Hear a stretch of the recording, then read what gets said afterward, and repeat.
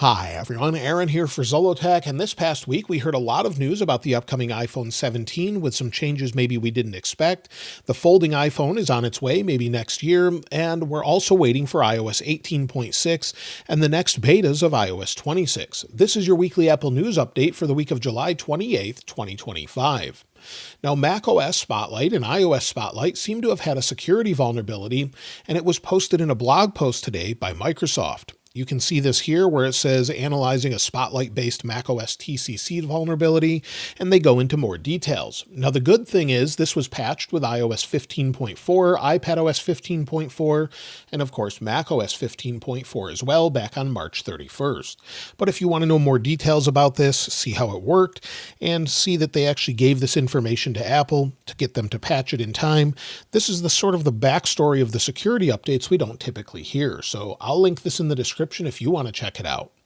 Now, the F1 movie is something that seems to be doing very well in theaters. It's passed $500 million or $500 million so far at the box office, and this is according to CNBC. I thought it was a great movie. If you like racing in F1, I thought it was pretty good overall. It sort of reminds me of Days of Thunder years ago for NASCAR, but this time around, I think this one is one of my favorite movies in recent time as far as the overall soundtrack and just the way it's put together. I was really entertained by it, and I think that's the point, but let me know what you thought of it in the comments below. Now, Blender announced this week that they're making an app for iPad Pro. iPad Pro is more than capable enough with its M4 CPU and 16 gigs of RAM to handle Blender. I would think you'd be able to at least do some basic tasks on it, and that's for 3D modeling. So they've actually announced this here where they're working on it, and of course I'll link this in the description, but you can see the initial platform where the idea will be tested is the Apple iPad Pro with Apple Pencil, followed by Android and other graphics tablets in the future. So that's something that's coming up hopefully fairly soon, maybe with iPadOS 26. We don't really have a release date, but hopefully we'll see it very, very soon. Now, many people won't even consider a car if it doesn't have Apple CarPlay. This week, BMW actually announced that they have no plans to include Apple CarPlay Ultra in future models or updates, as many manufacturers have decided not to use it. However, I think there's some confusion around this, as this does not mean you won't have Apple CarPlay like you currently do, or any of the future updates. It just means CarPlay Ultra won't take over your entire dashboard. In some ways, I think this is a good move, as it's basically a standardized template where you can change the color and add your logo. And in many cases with higher end cars, I don't think it really fits, but a lot of cars definitely could benefit from this. So BMW, Mercedes-Benz, and many others have decided not to include it. Many others have decided to, such as Hyundai, Kia. We'll probably see it in other vehicles as well. But let me know what you think of it so far, and if you'd like to see maybe what CarPlay Ultra is all about, I'll see if I can maybe go to an Aston Martin dealer and try it out. Let me know in the comments below. Now, Fortnite may not be making its way back to the UK, as Epic Games has been critical of the UK Competition and Markets Authority, and they've said that Fortnite won't be brought back to the UK this year, and Epic has also said they may never be able to bring it to the UK as they're not prioritizing allowing third-party app stores and app markets. This is something we've heard from Epic Games before, where they continually complain about not being able to do things their way. However, they've had to change this in the European Union. So let me know what you think of this in the comments below. Do you play Fortnite? It's not something I personally care about on iOS, so you could play it on the PC if you want to, or other platforms. But again, let me know what you think of it in the comments below. T-Mobile's Starlink data has officially launched this past week after being in beta for quite some time. The feature is available for subscribers to T-Mobile if you choose, and is mostly helpful if maybe you're in an area with low cell coverage or maybe no cell coverage. I've actually had the beta for a while, and typically it doesn't really turn on unless I'm maybe in an area with almost no cell coverage. So it's definitely helpful if maybe you're traveling around the country and you're in sort of remote areas. Otherwise, though, it hasn't been super helpful, but it's different than having SOS via satellite. This is actually having data via satellite through Starlink. So a great little feature if you actually can utilize it. Otherwise, maybe we'll see it roll out to other carriers soon. Today, we also learned a little bit more about what the current iMac could have been. Leaker Kosutami shared a post on X that shows how Apple had planned to originally put an Apple logo under the bottom of the display and decided against it. I actually would have liked to see it on the front of the display, but either way, it looks like they opted against it and just left it on the back of the display altogether.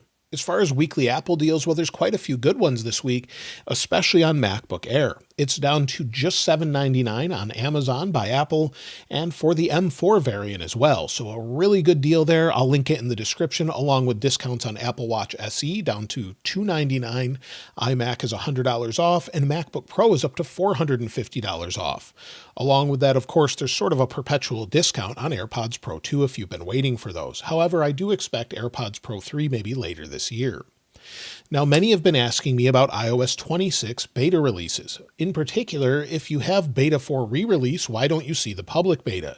And the reason is they're the exact same thing. So if you have beta 4 re-release that came out, you won't see public beta 1 if you've already installed it because they're the same. You'll have to wait for the next update to see the public beta for that. The same is true if you're on public beta 1, you won't see beta 4 re-release. Also, many people initially weren't able to actually install the public beta as it wasn't available for iPhone 11.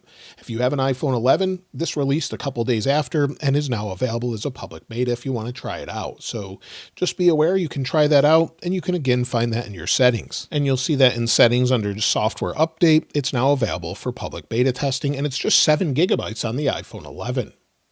Now, as far as other releases, well, we're all waiting for iOS 18.6. This should release any day at this point. In fact, it could release by the time you're watching this video. We don't have a specific date from Apple, but I would expect it any day and any moment at this point. iOS 26 Beta 5 is most likely next week based on previous betas. We've typically seen with new releases, iOS 18 Beta 5, for example, was then bi-weekly from Beta 4 to Beta 5.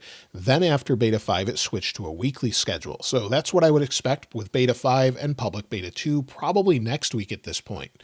Hopefully, though, iOS 26 Public Beta will be more stable than last year with Beta 2, as it seems to be very laggy so far. I have a full analysis on everything going over that, so be sure to check that out if you haven't already. Now, iOS 27 is also in the works and said to start development soon, according to Mark Gurman at Bloomberg. According to Gurman, the next update is said to focus more on the iPhone Fold features, but of course, normal iPhones will have similar updates as well. So we won't see that, of course, until next June, but it is something they're working on. As far as iPhone 17, well, we've heard some odd updates lately, and that has to do with the Pro models. In particular, we heard that the Pro model could have an 8x optical zoom lens, which I think many people would appreciate. However, the same leaker had said that Apple is planning to release a dedicated button that would be on the top of the device, or maybe on one of the corners.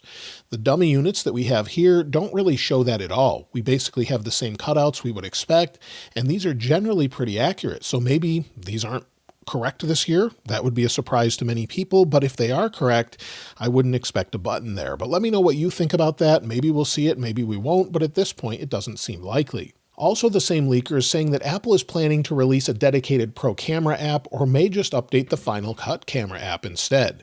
So Final Cut Camera is something that allows you to remotely use this with Final Cut Pro, but you can see it here, Final Cut Camera. It works really well, and maybe they'll integrate it into this, but then it wouldn't be just a dedicated Pro Camera app.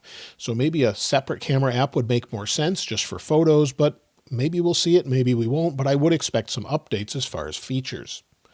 Now, when it comes to the iPhone Fold, of course, we're waiting for that. That will probably be in 2026, according to the recent leaks.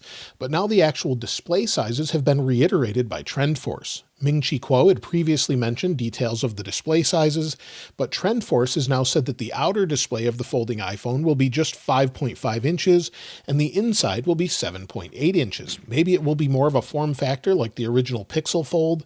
This is something I actually really appreciate form factor-wise, where it's a little bit wider, but either way, we'll have to wait and see what Apple settles on and then finally releases sometime next year if they are in fact releasing a folding device. But either way, after using folding devices, I really like this form factor and the latest Galaxy Z Fold 7. Both of them have sort of a really nice feel to them when you're using them. And it seems like Apple is really doubling down on having extra phones, and it looks like they could have up to 6 different iPhones next year as far as the model lineup goes. I would actually like to see them reduce it to maybe 2 or 3, but at this point we could see an iPhone 18e, an iPhone 18, an iPhone 18 Air, An iPhone 18 Pro, 18 Pro Max, and a foldable iPhone all release next year, but maybe staggered throughout the year. If they do release that many phones, hopefully they will stagger them, similar to what Samsung does, where they have the S25 typically in January, and then a few months later they release the Fold. So that seems to make more sense and definitely would allow options for different buyers. But either way, I miss the days when we basically had an iPhone 4 and you got to choose between two different colors and everyone got the same thing. I thought that was sort of the best model when Steve Jobs was around, but they've decided to change it since then. Now later this year, we're also expected to get a new iPad Pro with an M5 chipset. The latest information says we should have basically a similar design, but we could have two cameras now. So instead of just having the camera here in the landscape mode, we could also have one for portrait mode as well. So it would be better when you're maybe on the phone using FaceTime or just recording in general. So I wouldn't expect a major update here. The M4 is plenty fast, and I don't know that I'll upgrade myself, as this is just super fast and I really have no issues on it. But if they do introduce an M5 and it has a couple cameras, maybe a few other updates, I'll definitely let you know. Now, we've been hearing about HomePods for quite some time, maybe a replacement for the HomePod Mini with a new HomePod Mini 2, and we've also been hearing about a HomePod with a display for some time now that was supposedly delayed. However, in recent iOS 26 Beta 4 updates, it seems Apple mistakenly made mention of such a device. There's a location-based setting with the words that say, "Your HomePod won't be able to show you the local weather, time, or respond to Siri's requests about your area." So based off of that information, it seems like they're still working on it, and we could see that maybe in the future, or Apple could cancel it if they decide it's not good enough or something they don't want to pursue. But either way, we should hopefully get some updates to HomePod soon, as it seems Apple doesn't really update them very often. And so that's everything for the weekly Apple news. I'm looking most forward to iOS 18.6 to get everyone on maybe a more stable version with more security. But other than that, of course, iOS 26 Beta 2 or Public Beta 2 and Beta 5 should be fairly soon. Let me know what you're looking most forward to this year in the comments below, and of course I'll link this wallpaper in the description like I normally do.